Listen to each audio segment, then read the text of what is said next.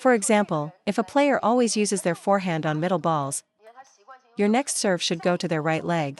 You'll see them get jammed immediately. When you play, do you find yourself hitting down the line too often? You must learn to vary your placement. A strong player covers all three lines: wide backhand, middle, and wide forehand. Avoid hitting the same spot with power repeatedly. If you're predictable, it's very difficult to win points. The reason you feel off balance in our rallies is that my shot placement is constantly shifting your center of gravity. For instance, I only switch the play to your forehand when I see your weight is committed to the backhand corner. I avoid that shot if you're centered, as a male player's power is hard for a female player to defend against. So, when do you change placement? Should you do it during a rally or wait for an opportunity? Here are two main scenarios. If your opponent is positioned deep in their backhand corner, you can confidently hit to the open court. However, if your opponent stands near the center, changing placement is ineffective. They can reach it easily. Even a simple block from them will create a wide angle that's tough for you to return. Always observe their ready position. If they are centered, attacking their forehand directly will invite a strong counterattack. Instead, your shot sequence should be, first to their backhand, second to the backhand sideline to pull them wider, and then change direction to their forehand. The key is to first force them into the backhand corner, then go down the line to the forehand side. Once you force them to move their feet, they are more likely to make an error or be slow to react. Many players give up on a ball if they feel they're late. They only commit to a strong shot when they feel they have a clear opportunity. Often, our backhand shots land right in the opponent's sweet spot, making it as easy as a training drill for them. They can simply pivot and execute a perfect shot. So, avoid feeding them the ball in that comfortable spot. If you hit to their comfort zone, they can change placement on you easily, putting you under pressure. Conversely, if you try to change placement on them while they are centered, they can counter without even moving their feet. So, during backhand-to-backhand rallies, first aim to create a wider angle. This will open up the court for your next shot. Now, why can't you generate that wide backhand angle? Most players hit too close to the middle. This is because your arm motion is a simple forward push, which directs the ball towards the center backhand area. To hit a wider angle, you need to use forearm rotation.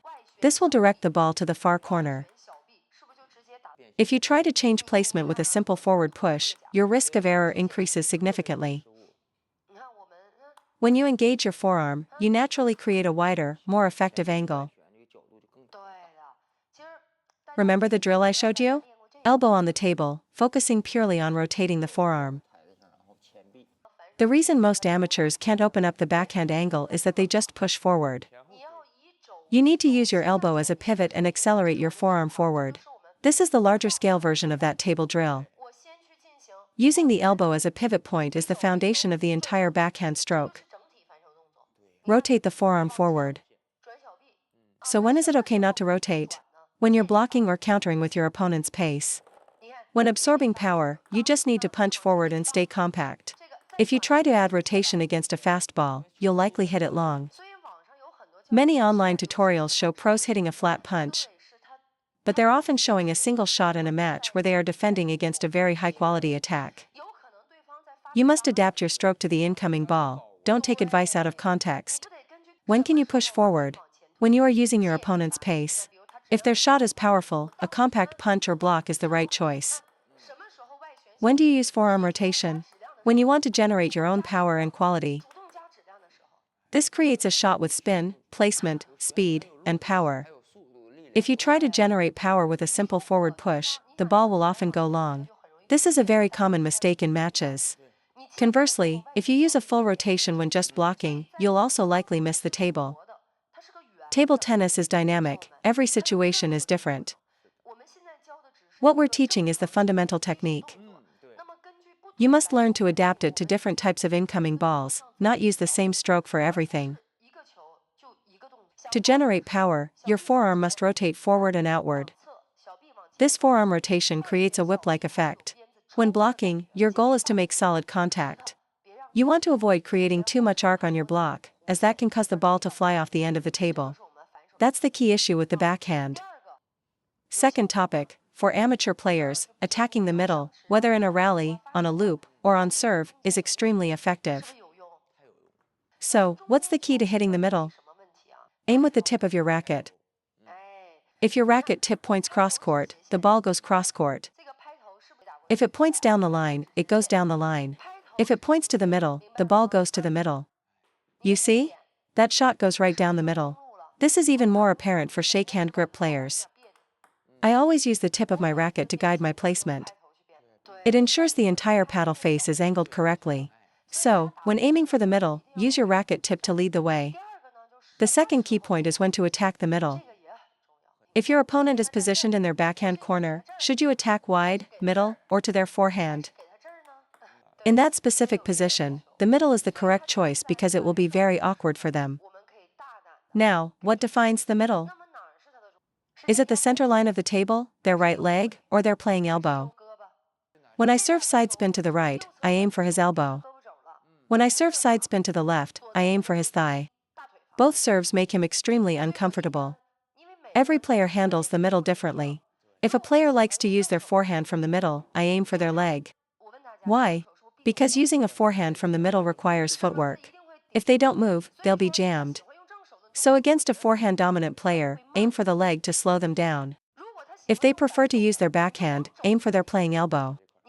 Most backhand strokes are executed out in front of the body, so a ball into the elbow is very awkward. Remember, it's not about the table's center line. This is my experience, it's not an absolute rule. For example, if a player always uses their forehand on middle balls, your next serve should go to their right leg. You'll see them get jammed immediately, and the quality of their return will drop, even on a slow serve. If they prefer to use their backhand on a left side spin serve, aim directly for their elbow. They'll feel rushed and unable to execute a proper stroke.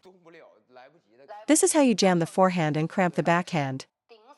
However, if the player steps around for a forehand loop, aiming for the elbow is no longer effective, as their body has moved out of the way.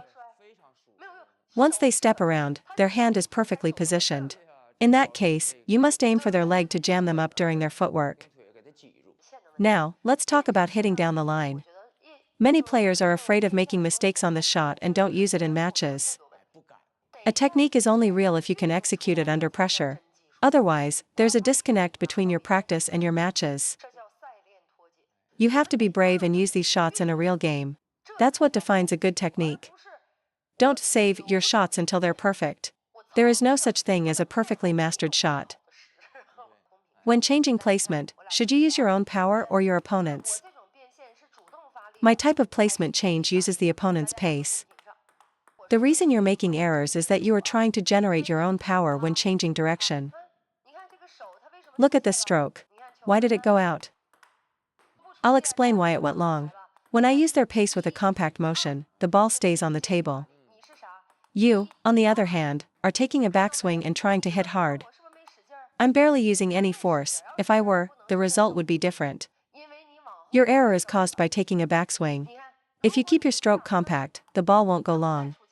When you take a backswing, you're forced to generate forward momentum. Against a fast ball, this timing is very difficult and leads to errors. So when you want to change placement, look at my rhythm. This change in rhythm is very disruptive. First shot, take a backswing and loop with your own power. Second shot, a quick punch forward, using their pace to go down the line. So, the first rule of changing placement is, do not take a big backswing. Of course, on a slow, high ball, you can take a full swing. But against a faster ball, a backswing will get you jammed. Against a quick ball, if you take a backswing, you're much more likely to hit it long. So when blocking or countering, where should your hand be? About 1/3 of the way forward from your normal backhand rally position. From this forward position, you can effectively use their pace and be much more consistent. Second point, when changing placement, does your racket angle change? I make a very slight adjustment. How do you achieve this subtle change naturally? By shifting your weight onto your right leg. This is a secret of high-level play. If your weight is on your left foot, you'll almost always hit cross-court, making you vulnerable to a strong attack. So, don't try to manipulate the racket angle with your wrist. It's unstable. Instead, use your center of gravity. Whether your paddle faces flat, angled left, or angled right should be controlled by your body's position.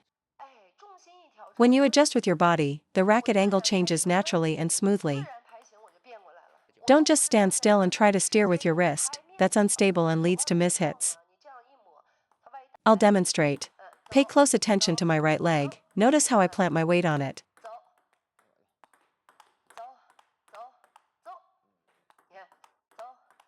You must plant your weight on the right leg. It makes the shot much more efficient.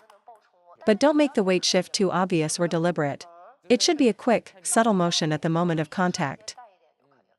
Third point, you need to scale your backhand power for different placements. If your cross-court shot is a 10 out of 10 power stroke, your shot to the middle should be 8 out of 10, and down the line should be 6 out of 10. You have to shorten your stroke because the distance to the target is shorter.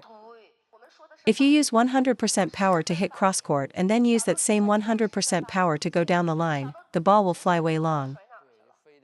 Use 100% power for cross-court, 80% for the middle, and 60% for down the line. If you have trouble controlling the power, you can control the length of your follow-through instead. For example, using the same amount of force, my follow-through for a cross-court shot ends here, while for down the line, it stops here. See? The power input is the same, but I stopped the stroke earlier for the down-the-line shot. This is another valid method. Don't extend your follow-through as much. Control your power by reducing the stroke's length. Ideally, however, this control should come from the feeling at the point of contact. So, when going down the line, first, control your power, second, control your stroke length. Most of our errors are self-inflicted. Your primary goal should always be to get the ball on the table. One more thing, after you change placement, don't just stand there and admire your shot. Immediately recover to the center of the table. Watch me. After I go down the line, my center of gravity immediately follows toward the middle. I'm ready for that cross-court return. You don't even need to take a step, the ball comes back so fast there's no time. The goal with this kind of placement change is to play smarter, not harder. To recap changing placement, 1. Use your opponent's pace with no backswing. 2. Shift your weight to your right foot. 3. Shorten your stroke and control your power. When executed this way, the shot is not only effective but also very consistent. In fact, the harder your opponent hits, the easier it is for me to redirect the ball. But after you hit that shot, do not stand still and wait to see what happens. As you hit the ball and shift your weight to your right foot, your body should already be moving toward the middle, preparing your forehand to block the return. As you execute the shot, recover to the center, ready to intercept the next ball. You should be able to cut it off. The return will come to your forehand side over 90% of the time. Even if they manage a strong loop, if I'm positioned here, I can block a backhand return or counter-hit a forehand return. I can cover both corners. As an amateur player, you need to understand this. Having a good serve is great, but if your third ball attack is weak, no one will fear you. What opponents truly fear is that powerful shot right after your serve. During a backhand rally, they aren't scared of your consistency. They're scared of your ability to suddenly change placement. At a higher level, opponents aren't just scared of you changing placement, they're scared that you can also cover their counterattack. When you consistently have an answer for everything they do, they'll break down mentally. When a player feels like none of their tactics are working, their game will collapse. The reason many amateurs plateau is that they practice techniques in isolation and fail to combine them into tactical patterns. It's like how I teach kids, a two-shot combination should never land in the same spot. For example, if my first attack goes cross-court, my second must go down the line. If I attack the forehand first, the follow-up goes to the backhand. Always keep your opponent moving. I believe amateur players need to improve their placement awareness and ability to vary their shots. If you can play with more variety, you'll be able to compete with anyone.